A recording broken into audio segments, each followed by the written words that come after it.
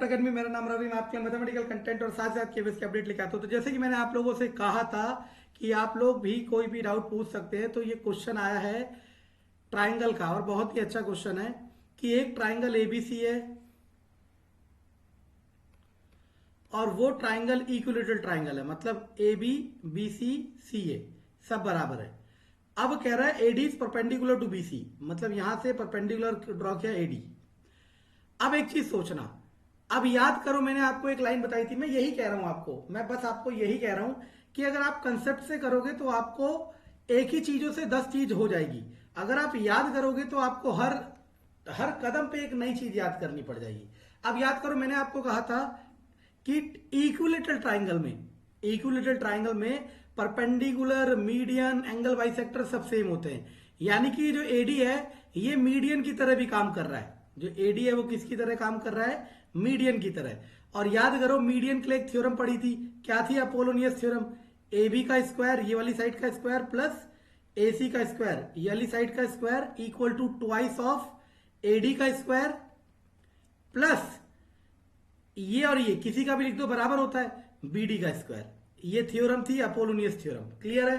चलो अब मैंने यहां से क्या देखा, ए बी मुझे मिल गया, ए सी मुझे मिल गया, इधर बीसी नहीं है तो बीसी लाना पड़ेगा मुझे, मैं ले आऊंगा बीसी। कैसे? देखो समझने की कोशिश करो।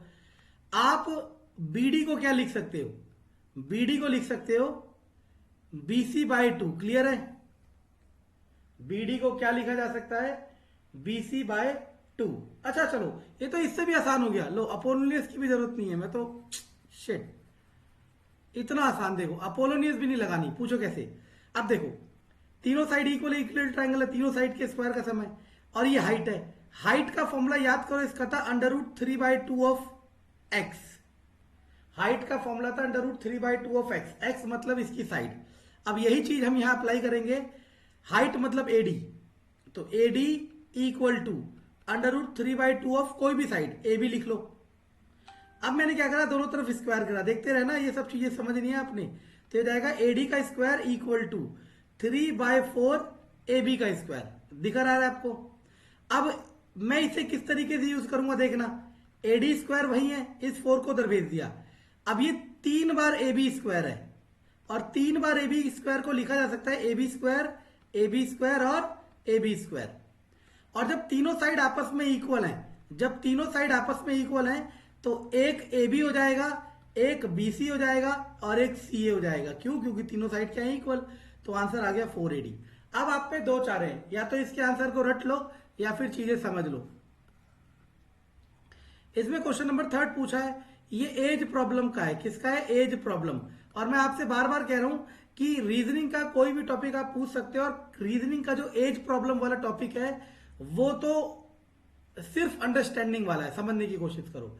उसने कहा था प्रोडक्ट ऑफ राजीव है। राजीव की आज की उम्र मैंने मान ली एक्स, 5 ईयर अगो 5 साल पहले कितना होगा? x-5। 9 ईयर हेंस 9 साल बाद कितना होगा? x+9। प्रोडक्ट ऑफ राजीव 5 साल पहले और इस एज का प्रोडक्ट मतलब x-5 और x+9 ये है 15। तो x की वैल्यू बतानी है। अब चाहे तो आप गुणा करके क्वाड्रेटिक इक्वेशन में ला लो और चाहे तो आप x की वैल्यू रख के कर लो। कैसे? यहां से 6 रखोगे, 6 - 5 1, 6 + 9 15। आ रहा है आंसर? ये रख के देखो 8 - 5 3, 8 + 9 17। नहीं, तो यही आंसर है। और चाहो तो ऐसे भी कर सकते थे। कैसे?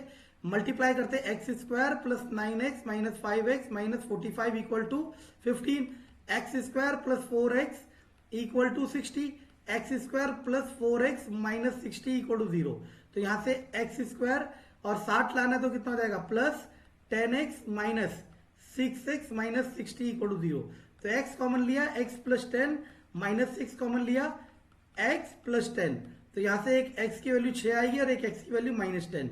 उम्र नेगेटिव नहीं हो सकती, इसलिए आंसर क्या हो जाएगा? 6 हो जाएगा।